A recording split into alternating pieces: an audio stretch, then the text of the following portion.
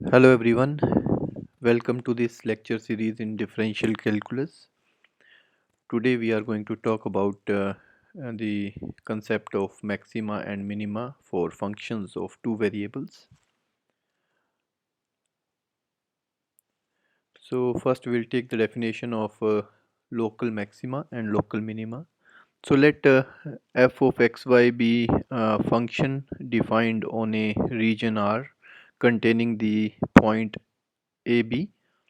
Then the function value of at the point AB is a local maximum value of the function if the this function value there is greater than equal to all the function values for point x and y which lie in the open disk centered at AB. Okay, so for all xy points which lie in the open disk centered at AB, the corresponding function value at AB, if it is greater than equal to all the function values at these xy points, then we say that f of AB is a local maximum value of the function. Okay, see in this graph these are the local maximas, because say this is the point in the domain, there is a point AB and this value here is f of AB.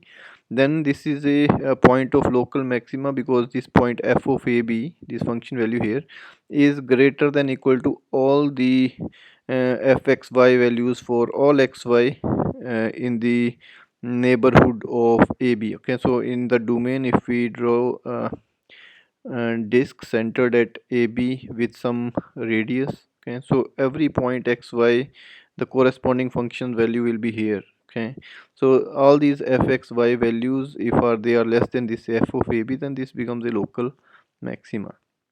Okay, similarly this point will be a local minima because this value of function here is less than the any neighborhood value. Okay, so if you take any other surface point, then this value here on the surface is smaller than all other values on this surface. Okay, so f of AB is a local minimum value of the function if the value at the surface is less than equal to all the surface values in the neighborhood, such that neighborhood is made by all the domain points xy in the open disk centered at the AB. Okay, so you can see clearly that these local maximas, they corresponds to mountain peaks. Okay, on the surface d is equal to fxy, and the minimas correspond to valley bottoms. Okay,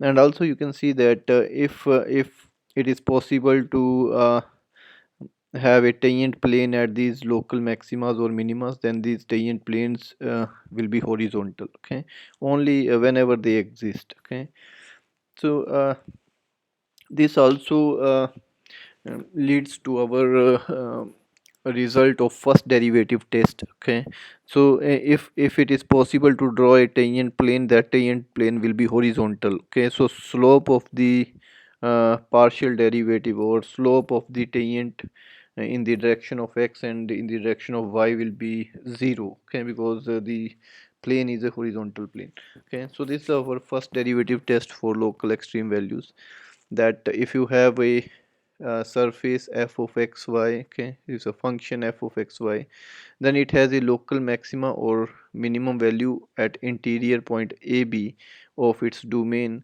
and if the first partial derivative exists there, okay, then the slope is exactly 0. Okay, so that means partial derivative of function with x at AB is 0, and the partial derivative function with y at AB is 0. Okay, so that means if the tangent plane exists, then that is horizontal. So that means the slope on that tangent planes in the x and y direction must be 0. So this uh, first derivative test. Okay, the proof of this is simple. Say if you have this surface f of xy given by this blue. Okay, and say if you have a point AB, and correspondingly this f of AB is extreme value. okay, either local maxima or minima. In this case it's shown to be a local maxima. So if I cut this surface with the y is equal to b, then it will generate a curve here, okay. So it will be form a function, this will curve will be a function of x, okay, gx equal to fxb. And since it's a point of local extreme value, so by first derivative test of single variable, the derivative must be 0, okay, or slope of tangent must be 0, okay. So it is easy to prove that if f has a local extreme at ab, then the function gx, which is f of xb, has a local extreme at x is equal to a, okay. So if we cut with y is equal to b, then this curve also has a local extreme here, okay, at x is equal to a. And then by one variable concept, the derivative at a must be 0, okay, but the derivative of x is f dash xb, and so at a it becomes fxab, okay. So the slope in the direction of x at ab point must be 0, okay. So that's one result. Similarly, if we cut the surface with x is equal to a plane, then it will generate this curve, okay. And then with similar idea, okay, so we can have a function of hy as f of ay, and then one variable concept, the slope at the point b for this function must be 0, that means h dash b must be 0, okay. So a similar argument on this curve, we can prove that the partial derivative of function with y at ab is 0, okay. So this is one important result, that if you have a function with the extreme point at ab, okay, then if the partial derivatives exist there, then those partial derivatives must be 0, okay. um, as we done in one variable concept, that the local extreme values can exist uh, at the points which we call the critical points, which are interior point of the domain, or the extreme values can occur on the boundaries, okay. So similarly, we can define the critical points for a function of two variables, okay. So these will be the interior points where either the slope is simultaneously 0, or the slope is undefined, okay. So an interior point of the domain of function f of xy, where both the fx partial derivative of function with x and partial derivative of function with y are 0, or where one or both the partial derivative do not exist, is a critical point of the function, okay. So the definition is very similar to the one we did in one variable. And this is to be remembered, that the function can assume extreme values either on the critical points and or on the boundary points, okay. And then in one variable also, we said that we can have a point of inflection where uh, curve crosses the tangent line. So similarly, in two variable concept, we can have a saddle point where the surface crosses the tangent plane, okay. So we can define a point to be a saddle point, okay. So a differentiable function fxy has a saddle point at a critical point ab, okay. So that means saddle point can only occur at a critical point, and critical points are the interior points of the domain where either this or this happens, okay.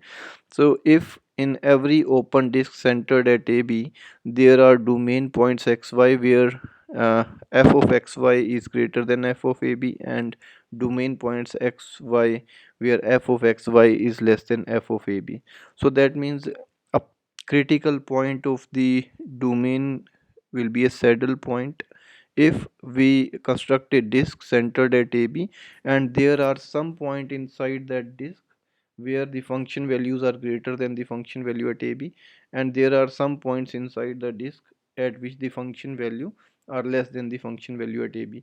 That means in some direction the function is increasing, and in some other direction the function is decreasing, okay.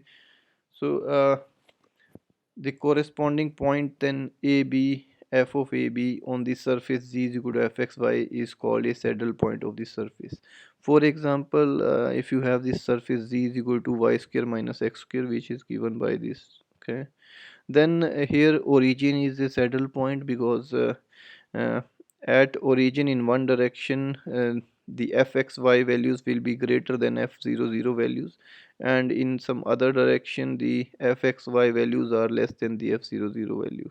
Okay, so that means at origin in the domain, if I draw a disk centered at origin, then there are xy points, non-zero xy points, at which the function value is greater than f00 value, and there are some other points fxy which where the function value fxy is less than f of 00. Okay, so in one direction the function is increasing, in other direction the function is decreasing, or okay, so this point will be called a saddle point. Okay, so now say for example, find the local extreme values of function where function is x square plus y square minus 4y plus 9. Okay, so the domain of this function is the entire plane. Okay, that means that there are no boundary points, and so the only points where local extreme values would occur will be the interior points of the domain, and the interior points which will be the critical points we can calculate by the first derivatives.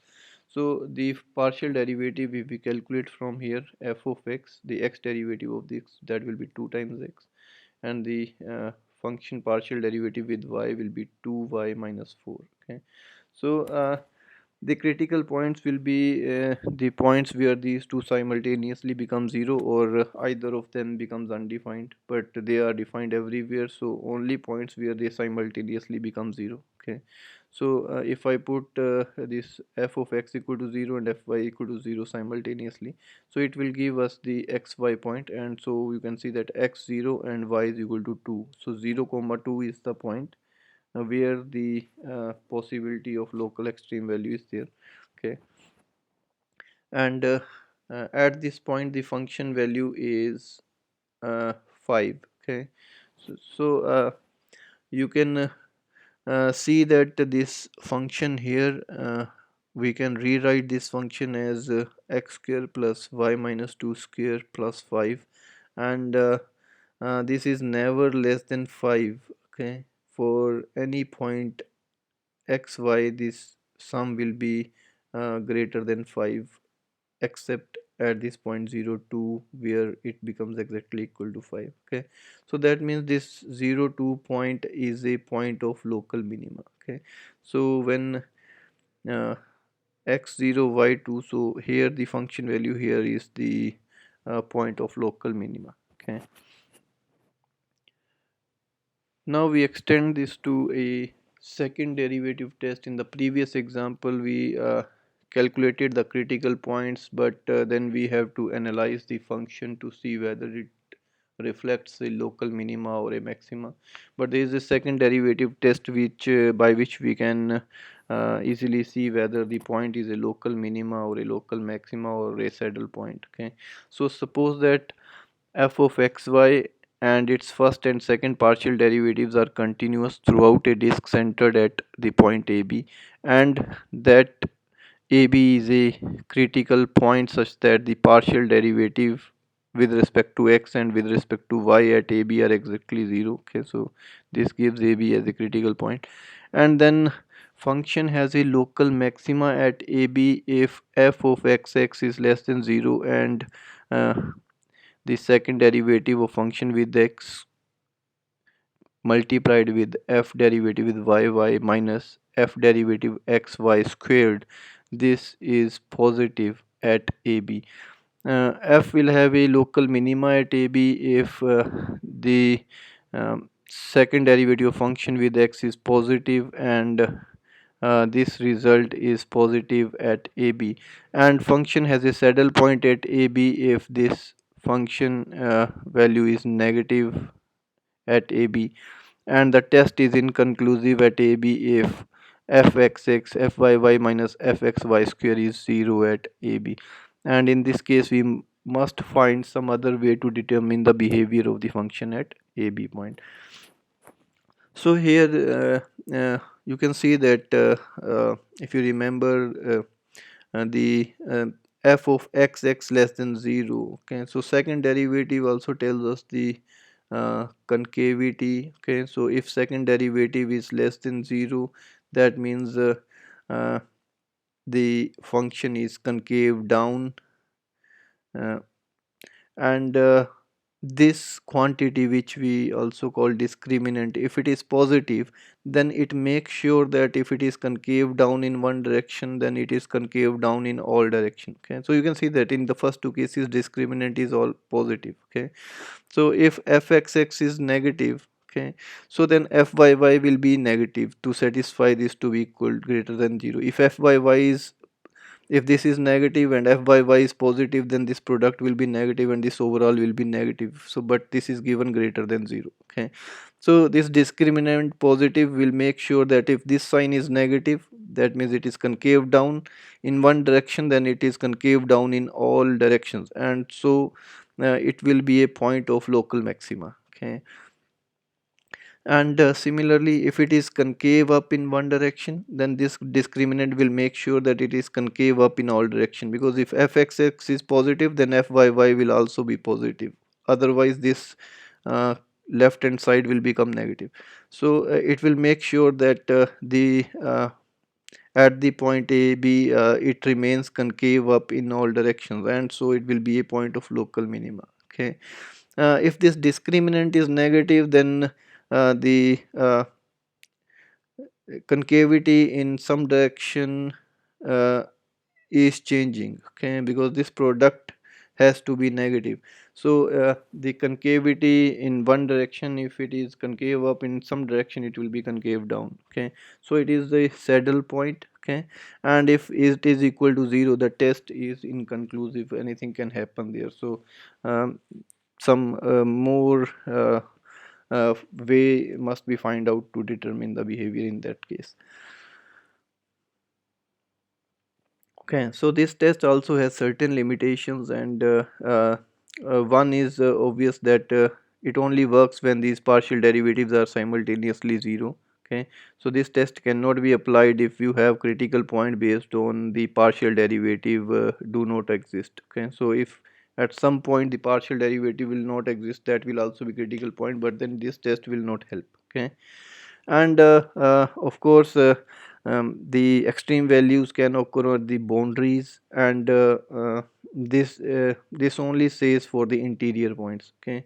So it is not it does not apply to the boundary points of a function domain where it is possible for a function to have extreme values along the non-zero derivative, okay.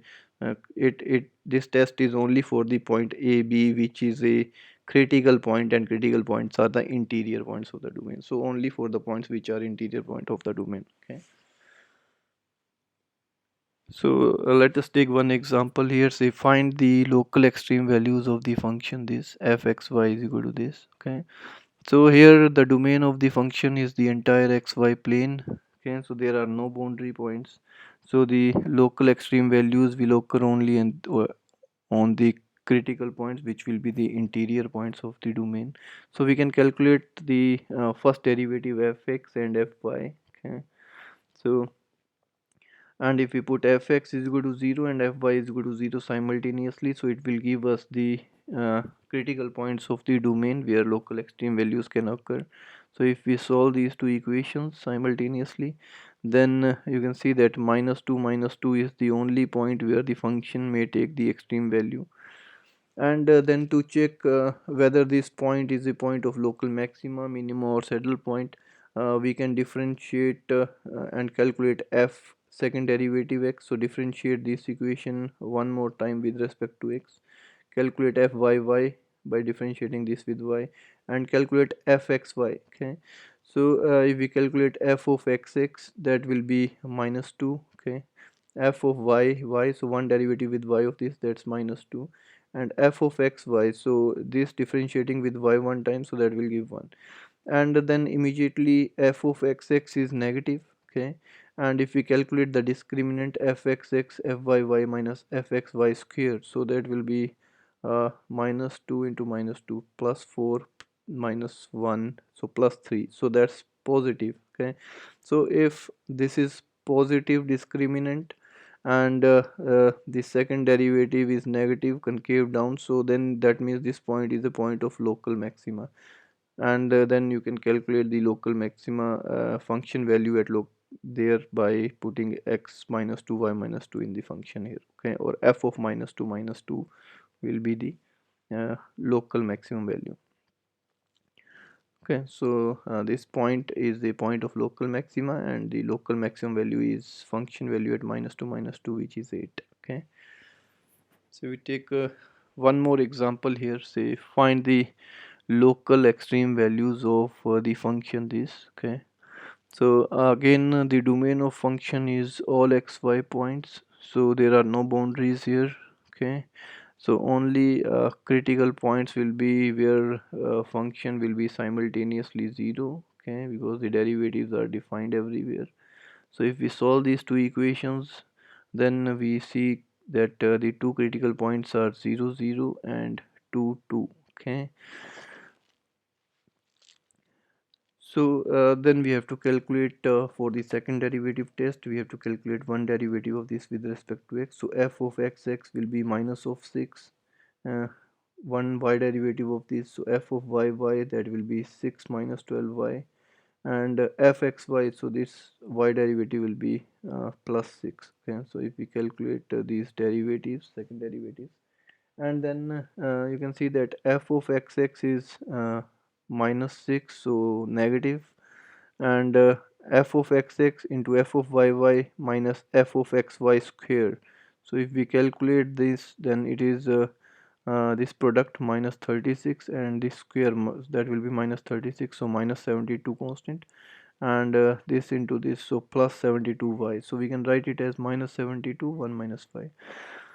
So the critical points are 0 0 and 2 2. So when a point is 0 0, okay, so when y is 0, this term is negative, okay, and when point is 2 comma 2, so y is 2, this 1 minus y will negative, so this becomes positive, okay.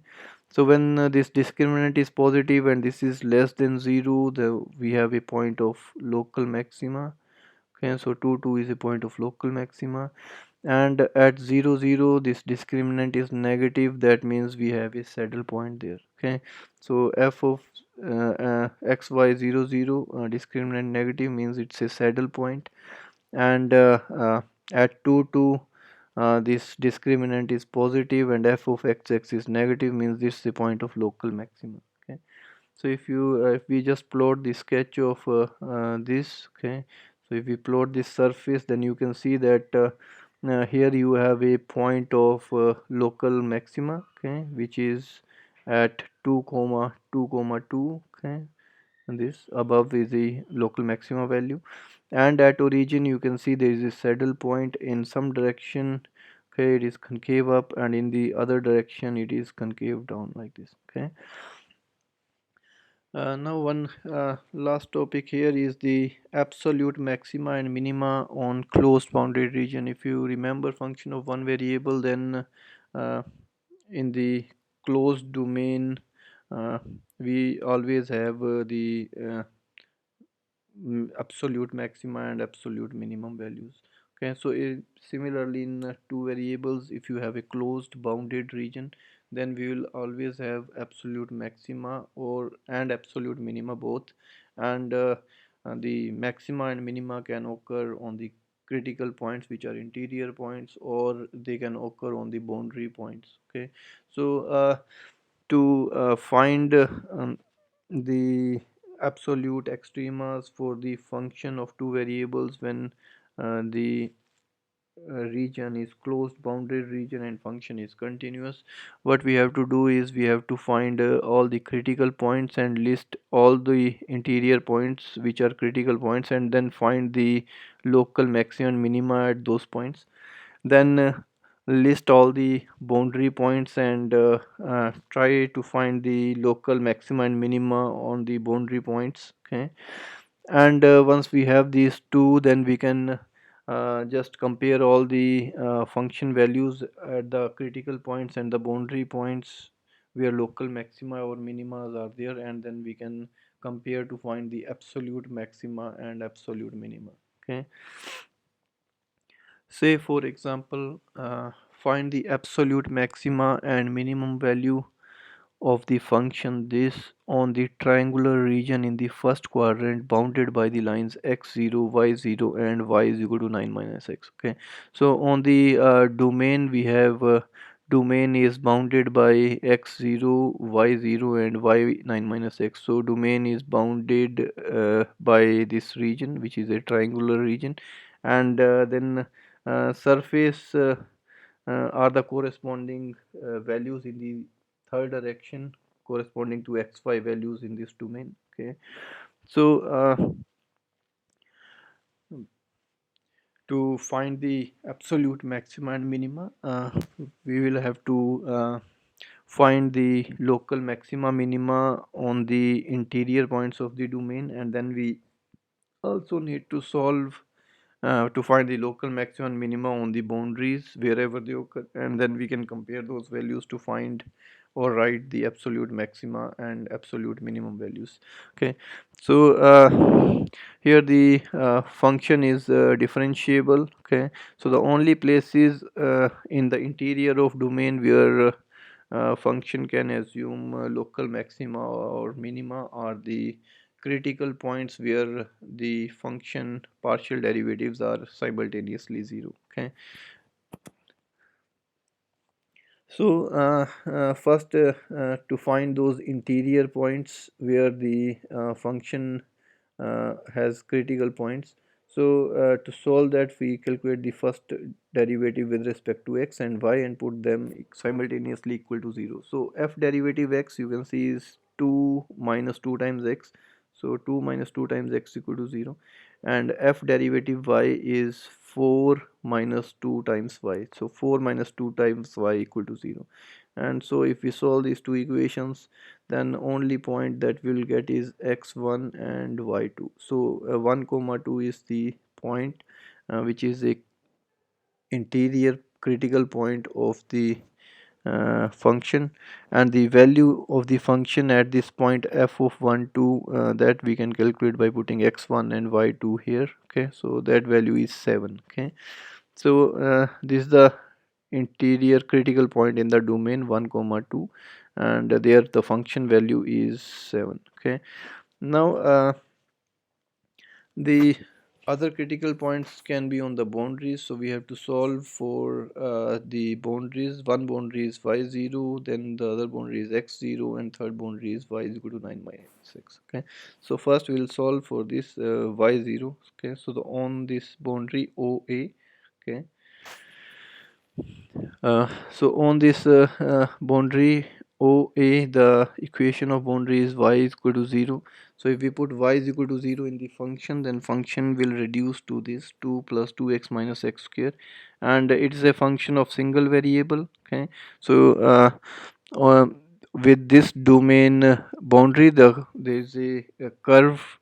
Okay, this, so on this curve the maxima or minima can occur either on the endpoints which are 0 0 and 9 0, or uh, some interior point of this interval. Okay, so which will be again the critical point which we can calculate by putting derivative equal to 0. Okay, so the extreme values can occur at the endpoints, and endpoints are x0 and x9. So we can find the value of f of 0 0 and f of 9 0 from here. Okay, so f of 0 0 when x is 0 is 2, and f of 9 0 is if you put x as 9 here, so minus of 61.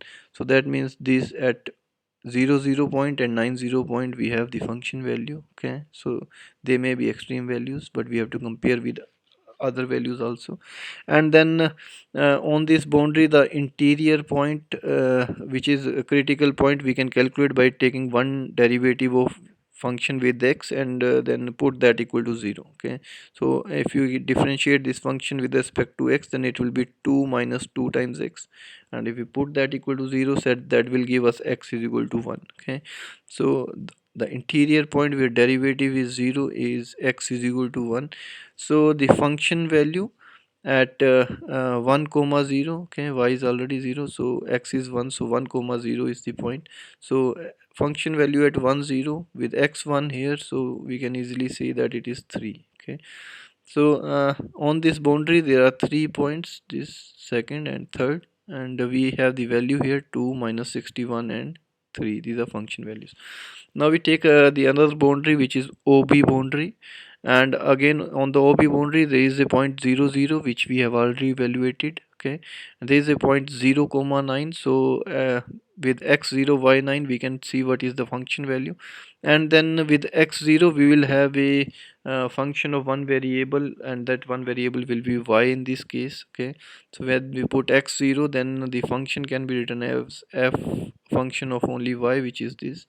So we can evaluate at endpoints, and then the interior critical point. So for that, if we differentiate this with respect to y, so that will be 4 minus 2y, and put that equal to 0. So 4 minus 2y equal to 0, so y will be 2. Okay, so the uh, critical point on this boundary is x0 y2. Okay, so that's this point 0 comma 2. Okay, so there's a endpoint 0 0, okay, which we have already evaluated. There's a endpoint 0 comma 9, so function value at 0 comma 9, so minus 43, so we can put y9 here and see. Okay, and the critical point is 0 comma 2, which we can calculate by taking one derivative, put that equal to 0. Okay, so 0 comma 2, which is a critical point, so well function value there is 6. Okay, so far we have evaluated this boundary and the interior points.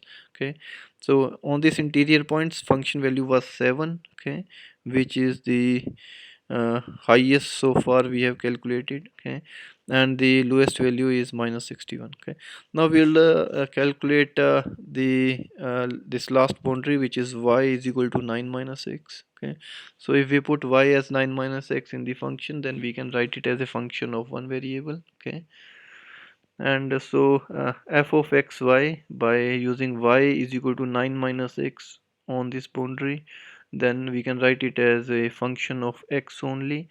And we have already now evaluated the function value at 9 0 and function value at 0 9. Those values are already there, so we only need to solve this for the critical point.